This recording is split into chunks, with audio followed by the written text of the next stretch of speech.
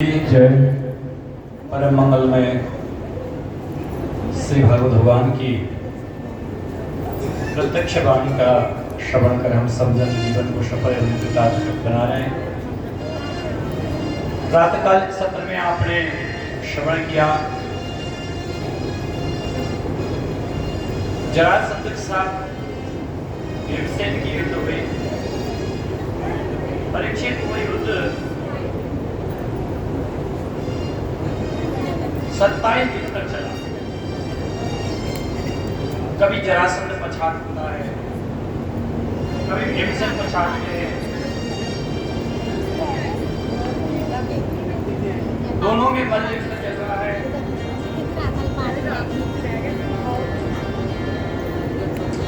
दोनों में भयानक मल्लयुद्ध हो रहा है। जिसका जैसा दाव लगता है वो वैसा ही अपने दाव पेच के अनुसार पटकनी मारते हैं और दोनों उठ करके फिर उसी स्थिति में युद्ध करने लगते हैं।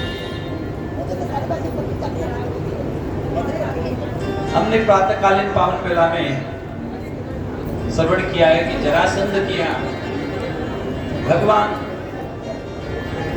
कृष्ण और अर्जुन और भीमसेन स्वयं युद्ध करने लगे। द्वंद्व युद्ध मांगा है भगवान ने। तो दुर्योधन ने जरासंध ने कहा कि मैं द्वंद्व युद्ध करूंगा, लेकिन तुमसे नहीं, कृष्ण में भीमसेन से करूंगा। और भीमसेन के साथ द्वंद्व युद्ध चलता है। युद्ध करते करते आज 27वें दिन में वो पिटाई करी जरासंध ने भीम की। सारी नस नस ढीली हो गई, सारा स्वस्थ ऐसा प्रतीत हुआ कि आज शाम तक मेरा काम तमाम हो गया। भीमसेन यही देखने लगे कब भगवान सूर्यनारायण अस्ताचल को जाएंगे और मेरे जीवन बचेगा। जैसे तैसे झेलते झालते सूर्यास्त हुआ है। भगवान ने कहा बस युद्ध बंद। अब जैसे युद्ध बंद हुआ, परीक्षित भीमसेन को तो ऐसा लगा, भीमसेन को ऐसा लगा कि जैसे मृत देह में प्राण का संचार हो गया। प्राण में प्राण आ गए।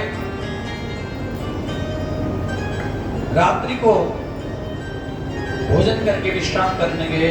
भीमसेन की आंखों में नींद नहीं है। भीमसेन को लगा कि अगर ऐसे युद्ध होता रहा तो कल की युद्ध में कर नहीं पाऊंगा। मैं कमजोर पड़ चुका हूं, मुझे पता है। कल अगर मैंने युद्ध किया तो मैं मारा जाऊंगा। ये सोच कर कि भीमसेन उठे, गए कृष्ण और अर्जुन के पास, जहां पर कृष्ण और अर्जुन चंद्र तन के सो रहे थे। भीमसेन ने कहा देखो इनको, दिन भर खाते रात भर सोते हैं। आए थे 3, मुझ अकेले को लड़ा रखा है। दिन भर मेरी पिटाई देखते हैं, रात को सो जाते हैं। भीमसेन ने द्वारकाधीश की चादर खींची तो भगवान हड़बड़ा के उठे। भगवान एकदम से हड़बड़ा के उठे।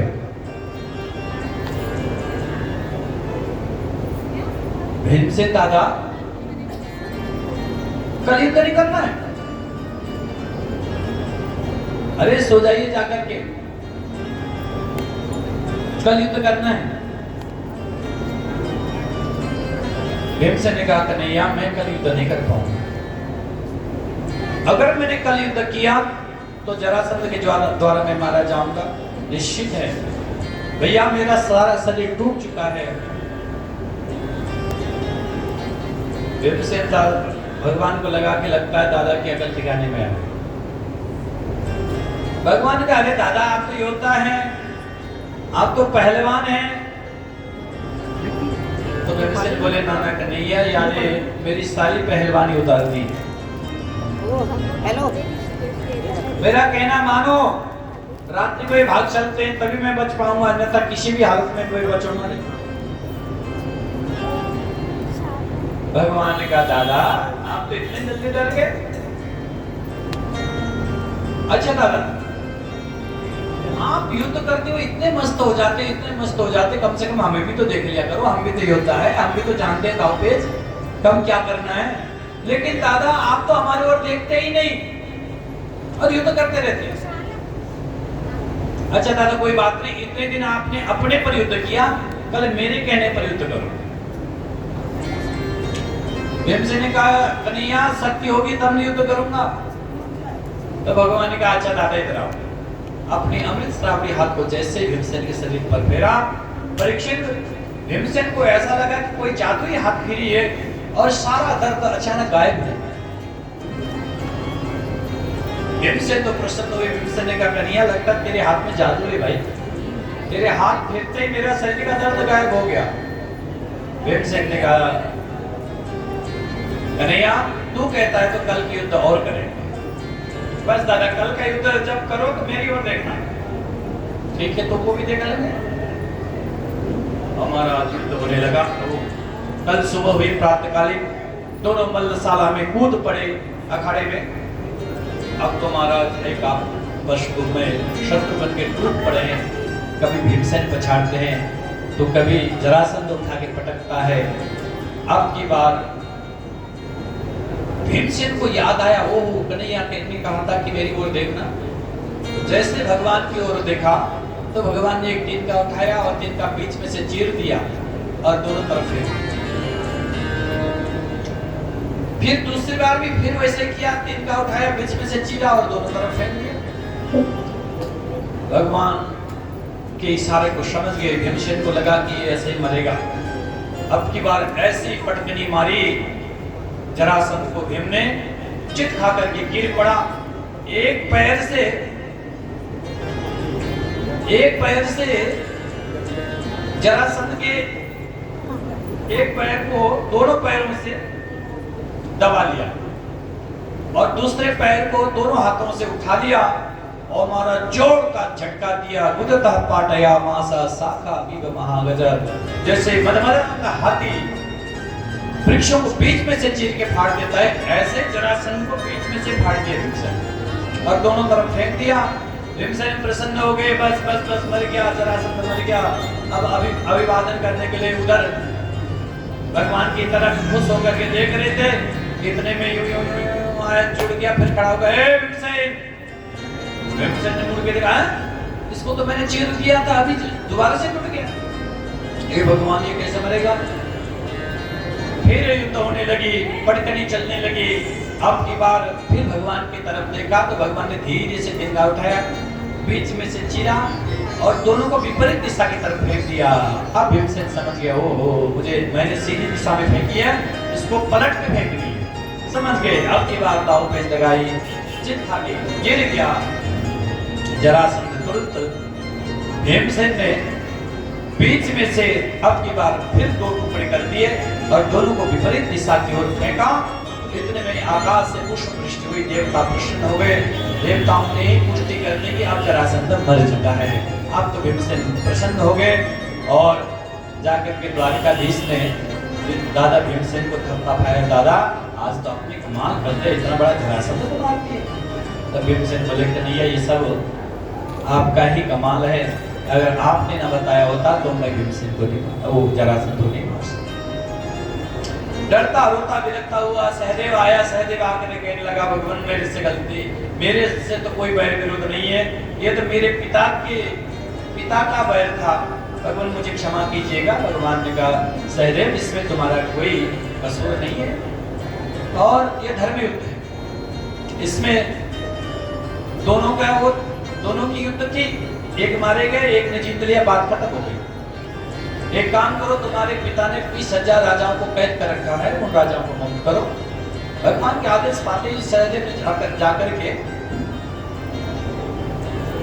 जरासंध के पुत्र ने सब 20,000 राजाओं को, कैदी राजाओं को जेल से मुक्त कर दिया और उन राजाओं ने जो स्तुति की, भागवत के सबसे सुंदर मंत्र है, कृष्णाय वासुदेवाय हरे परमात्मने प्रणत क्लेशनाशाय गोविंदाय नमो नमः।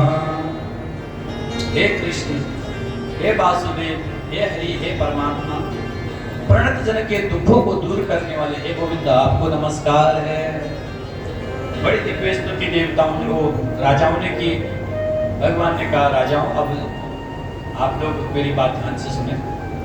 पांडव राजसूय यज्ञ कर रहे हैं, आप सब अपने अपने राज्य में जाएं और वहां से खूब उपहार के सामग्री और खूब सारे धन लेकर के पांडवों के राज्य में उनको सहयोग करने के लिए आए।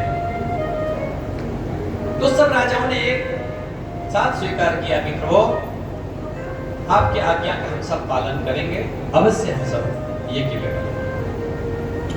सारे राजा अपने अपने घर को गए। भीमसेन और अर्जुन को लेकर के भगवान पुनः इंद्रप्रस्थ आए। इंद्रप्रस्थ आकर के भगवान ने कहा युधिष्ठिर जी महाराज अब राजसूय यज्ञ को आप प्रारंभ कर सकते हैं, चारों दिशाएं जीत ली गई है, आप विधिवत यज्ञ का प्रारंभ कीजिए। हमारा यज्ञ में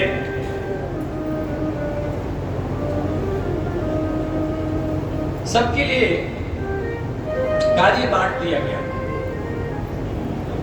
भीमसेन ने कहा हम तो चकाचक बनाएंगे, चकाचक खाएंगे और चकाचक खिलाएंगे।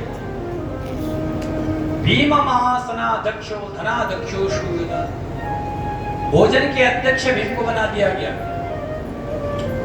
और जो धन, जो ऐश्वर्य जो राजा महाराजे लेके आते थे उसके भंडारण का जिम्मेदारी दुर्योधन को दिया गया। सहदेवस्तु पूजायाम, सहदेव ने आए हुए शत अतिथियों की पूजा की जिम्मेदारी ली। और नकुल द्रव्य साधने, द्रव्य की व्यवस्था नकुल के ने ली। गुरु शुश्रूषणया जिष्णु, समस्त गुरुजनों की सेवा का कार्य अर्जुन ने लिया। कृष्ण पादा बने जने,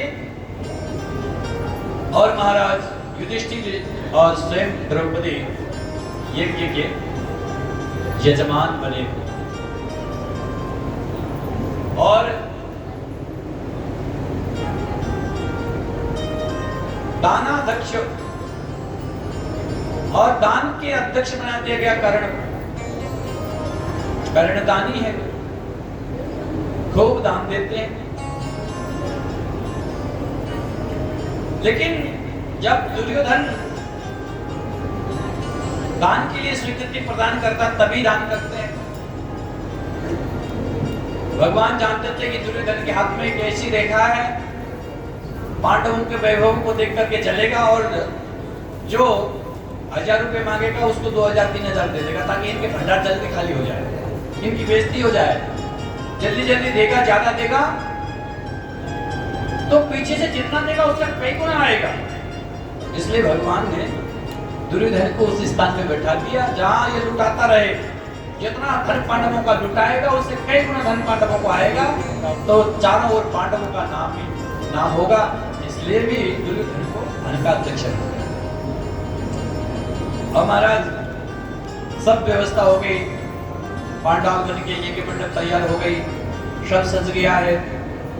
अब यज्ञ प्रारंभ होने की बारी आई तो अग्र पूजा किसकी हो, प्रथम पूजा किसकी की जाए।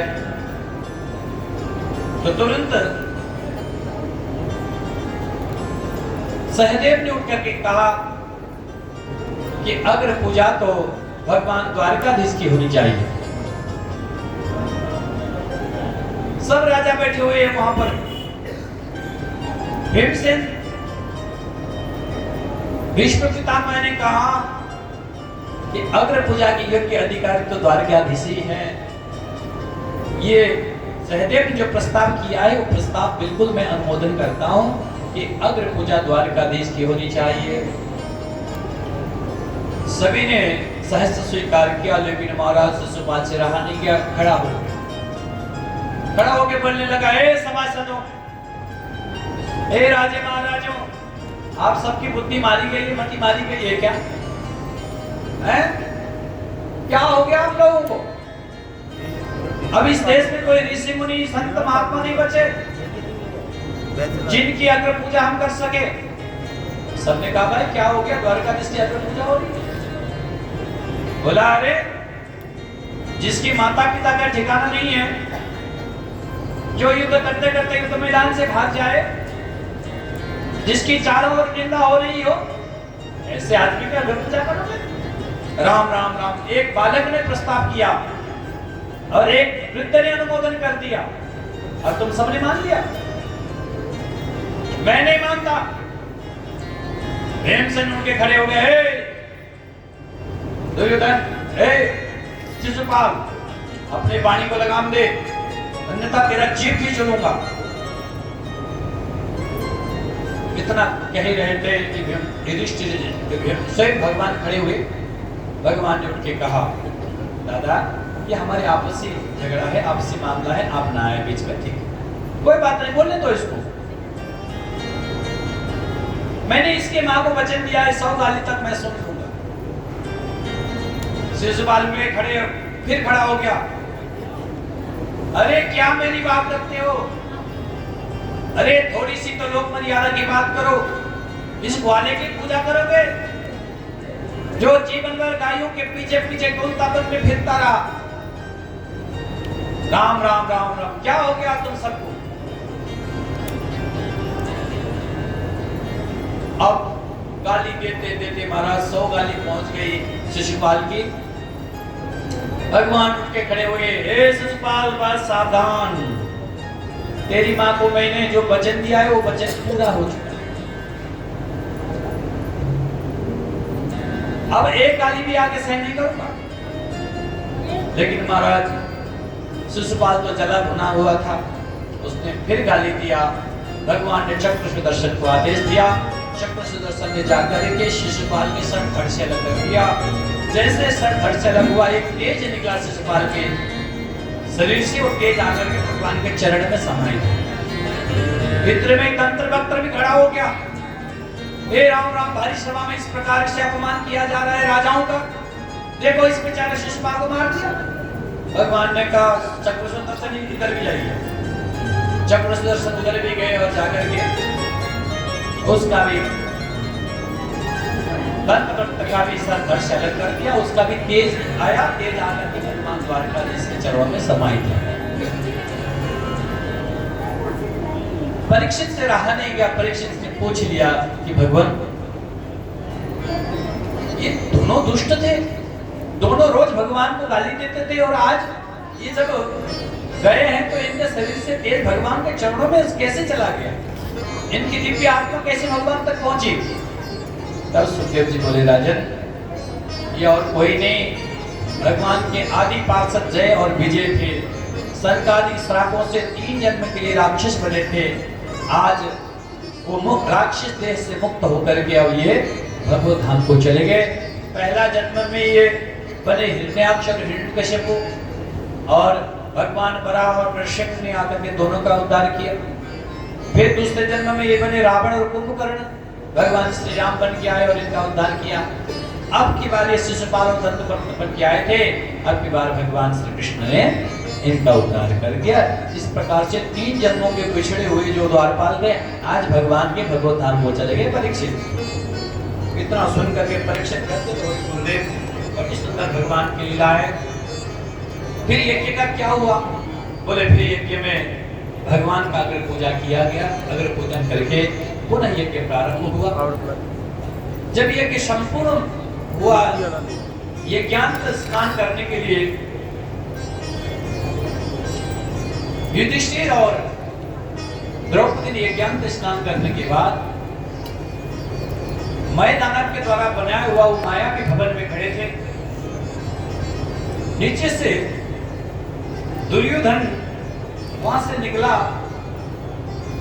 अब दुर्योधन को भ्रम हो गया कि जहां पानी है वहां तो वस्त्र छोड़ करके निकला, और जहां पानी नहीं है वहां वस्त्र ऊपर करके जब चला तो ऊपर से व्यंग्यात्मक वाणी बोलती हुई द्रौपदी ने कह दिया, अंधे का बेटा अंधा ही होता है।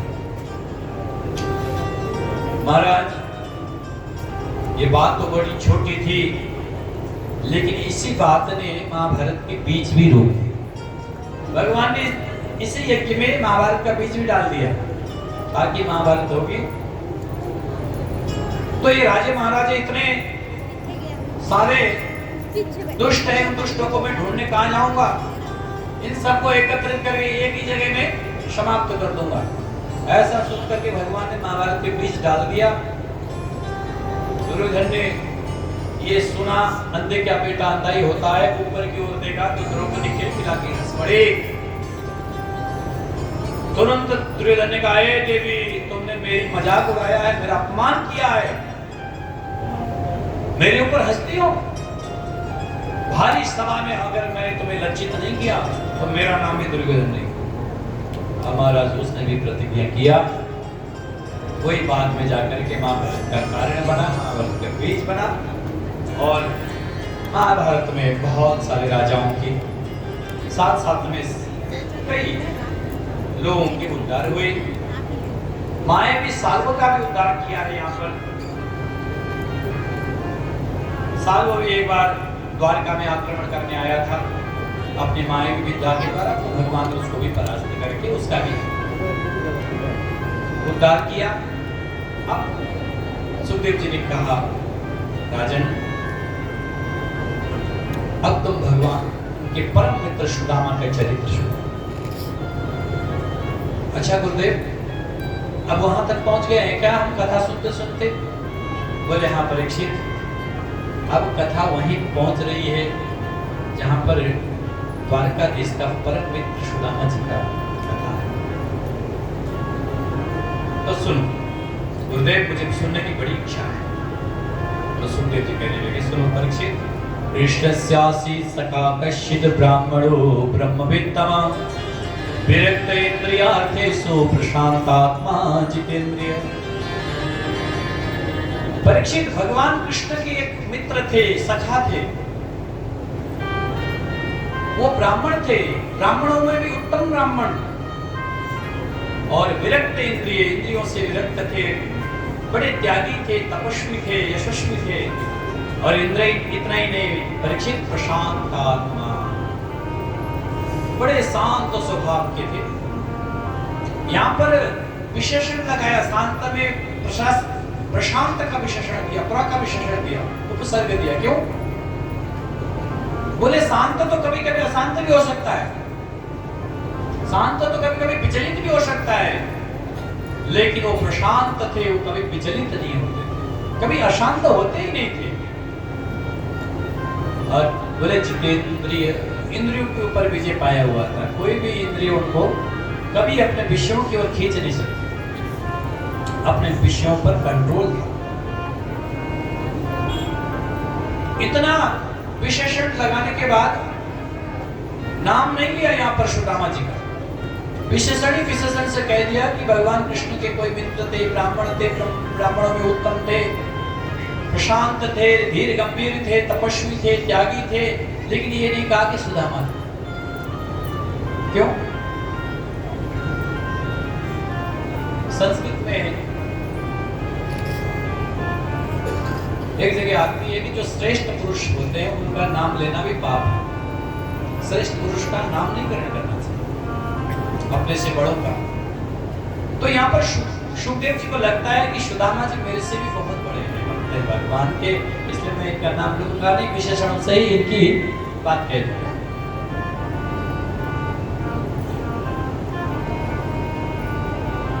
सुदामा भगवान के परम मित्र है। जब गुरुकुल में पढ़ा करते थे, दोनों में इतनी दोस्ती हो गई, परीक्षित इतनी दोस्ती हो गई, एक साथ संविदा लेने जाते, एक साथ गुरुकुल जाते, एक साथ खाते, एक साथ सोते, परम सखा बन गए। सखा किसको कहते हैं? सखेलती, सखादती, सखा, जो साथ खाए, साथ खेले, साथ चले, साथ उठे, साथ बैठे, उसको सखा कहा। सुदामा जी परम सखा थे भगवान के, इतना प्रेम, इतना स्नेह करते थे कि अगर सुदामा जी पाठ नहीं सुना पाते थे, सुदामा जी को डंडे पड़ते थे, तो भगवान भी जानबूझ के पाठ भूल जाते और उनके बराबर डंडा खाते। इतना प्रेम। दीक्षांत के बाद दोनों अपने अपने घर गए। सुदामा चाहते तो बहुत बड़ा गुरुकुल चला सकते थे, लेकिन सुदामा की वृत्ति उधर गई, बस एकांत में बैठ कर के भगवान का भजन करना, चिंतन करना, बस वही आनंद में ही रहते थे। इनकी विवाह हुआ, देवी का नाम था सुशीला, कुछ बच्चे भी हुए, लेकिन फिर भी कभी ये भावना बनी ही नहीं सुदामा जी की कि मैं इन बच्चों के लिए भी कुछ करूं, इनके लिए कुछ लाऊं, कमाऊं। बस भगवान के ऊपर छोड़ देते थे, परमात्मा जो करेंगे अच्छा करेंगे, सुशीला तुझे जो अच्छा लगे तू कर। हमारा सुशीला ने भी कभी दबाव नहीं दिया कि पतिदेव जाइए कुछ कमा धमा के लाइए ना। अब पतिदेव माला लेकर के घर में बैठे रहे, घर में खाने के लिए दाने तक न हो तो कौन पत्नी शांत होकर बैठेगी? वो तो कह दे कि जाओ महाराज कमा धमा के लाओ, या क्या खाएंगे, भूखे पेट मरेंगे क्या? लेकिन सुशीला कभी कहती नहीं।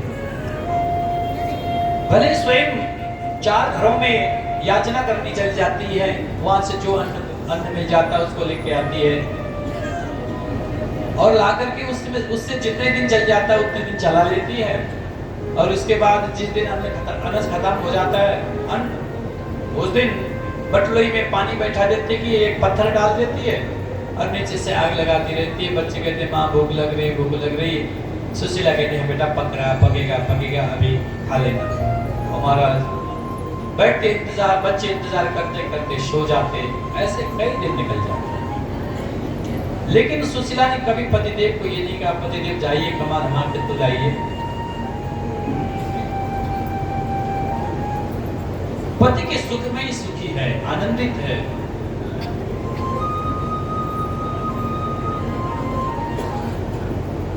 एक बार कबीर साहब से किसी ने कहा बाबा आप व्यस्त में रहते हुए इतनी भजन हो जाता, कैसे कर पाते हैं? तो कबीर ने कहा कल आना, कल बताओ मेरे कुटिया में आना। वो व्यक्ति दिन में 12 बजे कबीर शाह के पास पहुंचा। कहा बाबा आपने कहा था उत्तर देंगे। बोले हाँ, एक मिनट बैठे। अरे देवी एक दिया लिया ना, दिया जला के ले आओ जरा। अब वो देवी दिया जला के लाई और कबीर साहब ने कहा यहाँ रख दिया। आधा घंटा दिया रखने के बाद दिया से कोई कार्य नहीं किया और कहा देवी ये दिया ले जाओ। देवी ने दिया उठाया और अंदर ले गए। कबीर साहब ने कहा बस इसी कारण से मेरा भजन ठीक ठाक हो पाया कि मेरी पत्नी अनुकूल है। बोले क्या मतलब बाबा? बोले देखो मैंने भारी दोपहरी में दिया मंगाया और दिया से कोई काम भी नहीं लिया और मैंने वो दिया जैसे के तैसे लौटा दिया। अगर कोई और होती तो ये कहती जब काम ही नहीं था तो ये दिया मंगाया क्यों? जब कोई काम करना ही नहीं और भारी दोपहरी में दिया का क्या काम? और दिया मंगाया भी है तो बिना कोई किसी काम की दिया मंगा करके आपने मेरे को परेशान कर दिया। वो तो कोई भी पत्नी कह उठती, लेकिन मेरी देवी ने मुझे कभी जवाब नहीं दिया। बस मेरी पत्नी अनुकूल है जिसके कारण से मैं इतना भजन कर पाया। सुदामा की भजन इसलिए हुआ कि पत्नी अनुकूल है। इनका नाम है सुदामा। सुंदर है, दाम दाम कहते बंधन को, दाम कहते मणिराम जी को, जिनके दोनों सुंदर है। बंधन भी सुंदर है और दाम भी सुंदर है। सुदामा ने संसार का दाम नहीं कमाया, सांसारिक धन नहीं कमाई। हाँ कमाया है तो पारमार्थिक धन कमाया है, आध्यात्मिक धन कमाया है। ये संसार का धन तो कमाने में खतरा, कमा लिया तो इसको जमाने में खतरा, और जम भी गया तो इसका नाश न हो जाए इसके रक्षण में खतरा। चारों ओर खतरा ही खतरा है। इतना ही नहीं, आपने अपने हाथों से बड़े बड़े फैक्ट्रियां लगाई, बहुत धन कमाया, अचानक शरीर छूटा आपका, लेकिन दैव योग से स्मृति बनी रही मैं अमुक सेठ था और आपकी स्मृति बनी और आप जाकर के कहने लगे कि भैया मैं अमुक सेठ था, ये मैंने अपने हाथों से फैक्ट्री लगाई, ये अमुक दुकान मेरी है। तो क्या दुनिया के लोग बैठने देंगे उसको? कहेंगे पागल है, भगाओ इसको। ये दाम तो इतना खतरनाक है। संसार का जो दाम है, जो बंधन है, ये खतरा है। और सुदामा के पास कौन सा दाम है? बोली वो दाम मीरा को मिल गया। मीरा कहने लगी मेरे पास जो पैसा है, मेरे पास जो धन है ना, मेरे पास जो करेंसी है, वो यहां भी चलती है और वहां भी चलती है। लेकिन ये संसार का करेंसी केवल यही चलता है। ये करेंसी जब तक यहाँ है तब तक के लिए है, इसके बाद ये करेंसी कन्वर्ट नहीं होगी। करेंसी कन्वर्ट होने की एक उपाय है कि इसका दान करो। जितना हो सके अपने हाथों से अच्छे कर्मों के लिए दान करोगे तो ये करेंसी कन्वर्ट हो जाएगी, नहीं तो ये संसार की करेंसी यहीं की यहीं रहेगी। तो मीरा बाई कहती है तो मैं तो ऐसे धन क्यों कमाऊं जो कमाने में खतरा, जमाने में खतरा और बाद में उसको संरक्षण करने में खतरा, इसलिए मुझे ऐसा धन नहीं चाहिए। मैं तो वो धन कमाऊंगी जो धन को रखने के लिए भी कोई चिंता नहीं, और कोई चुरा भी ले तो भी कोई हर्ज नहीं है, चुराएगा तो और बढ़ेगा। तो कौन सा धन मिला मीराबाई को? गाती हुई गली गली में घूमने लगी, कहती क्या?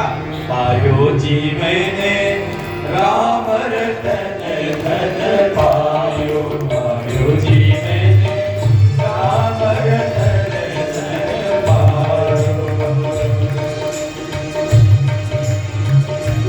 मीराबाई गली गली में घूमती है, सबको सजग करती है, मैंने बड़ा सुंदर धन पाया। आपने इसी धन पे क्या कहें? वस्तु अमोलक दी मेरे सतगुरु, वस्तु अमोलक दी मेरे सतगुरु, कृपा कर अपनायो, पायो जी मैंने राम रतन धन पायो, पायो जी मैंने राम रतन धन पायो।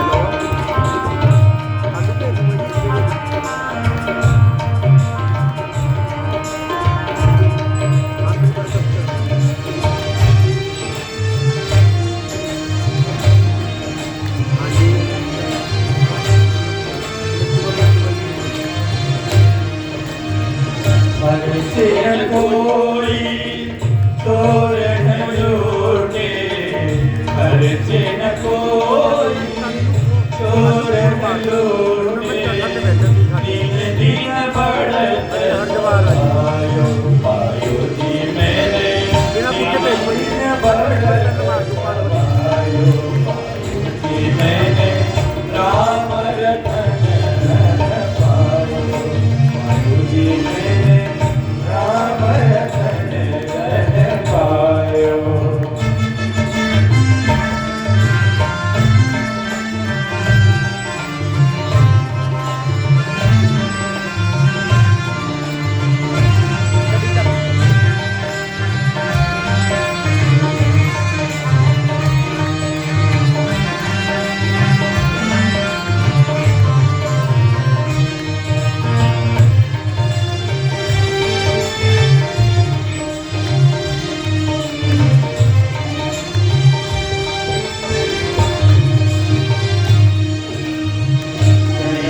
जन्म की पूंजी पाए, जन्म जन्म की पूंजी पाए, जग में सभी को पायो, पायो जी मैंने राम रतन धन पायो, पायो जी मैंने राम रतन धन पायो।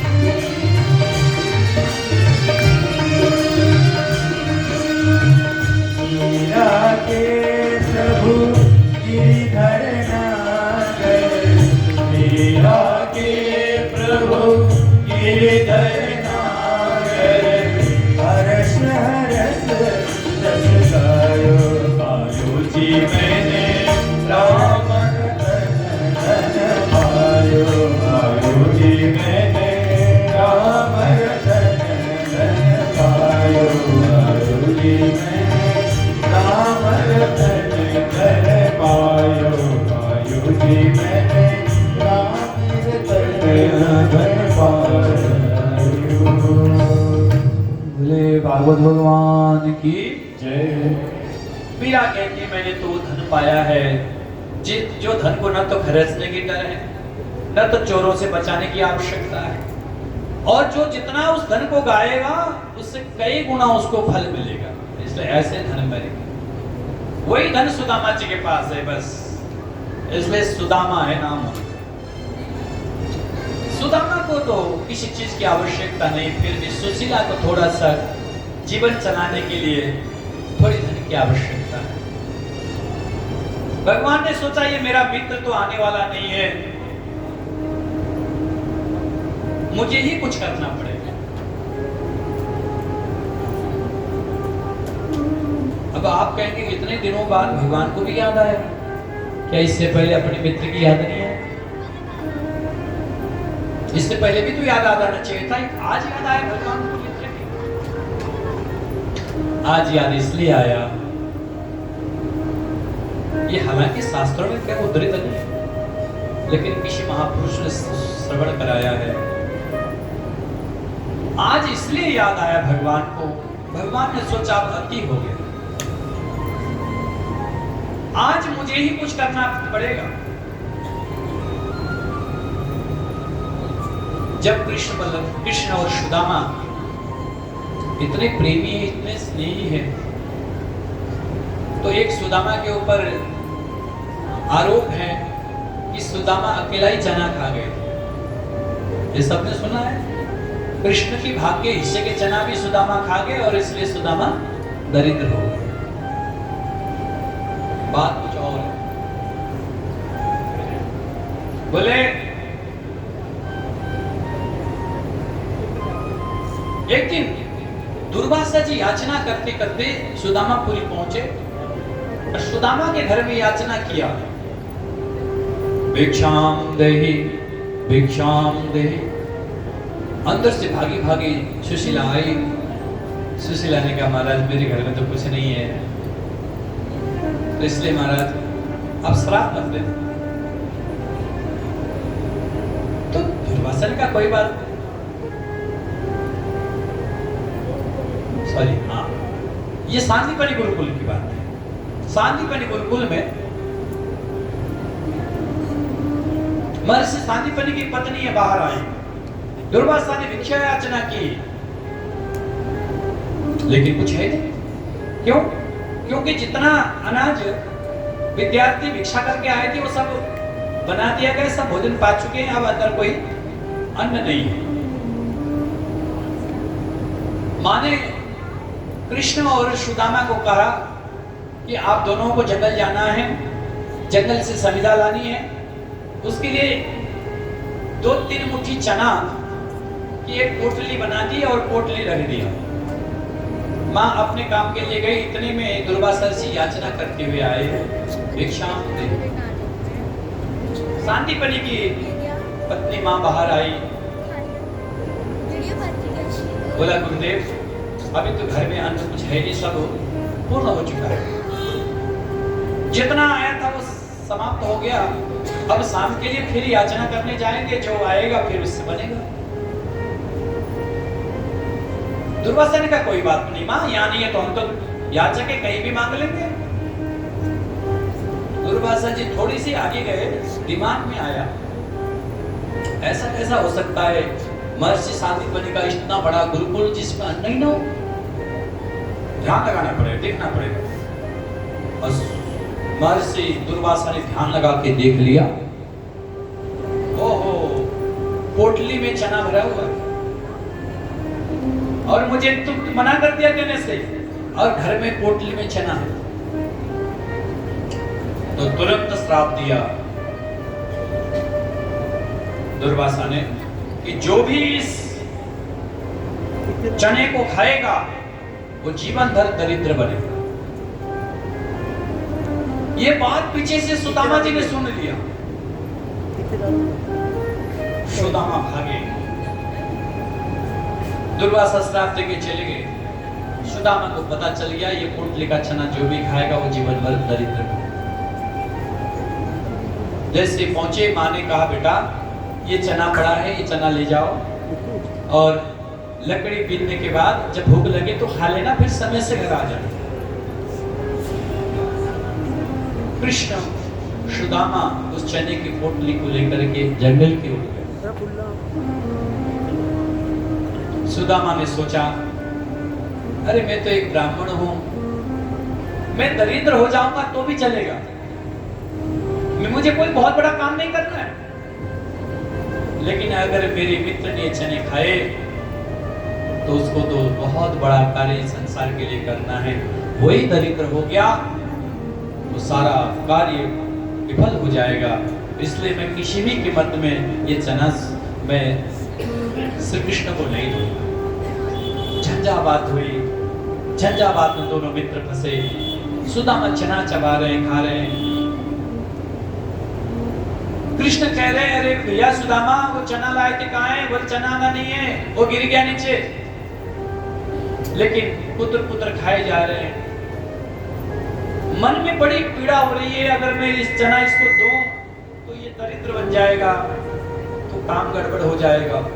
सुदामा ने अपने मन को भीज करके वो चना कृष्ण को नहीं दिया और स्वयं सब चना खा लिया। और वो चना इसलिए और किसी को नहीं दिया, छोड़ भी सकते थे सुदामा, आधा खा के आधा छोड़ सकते थे।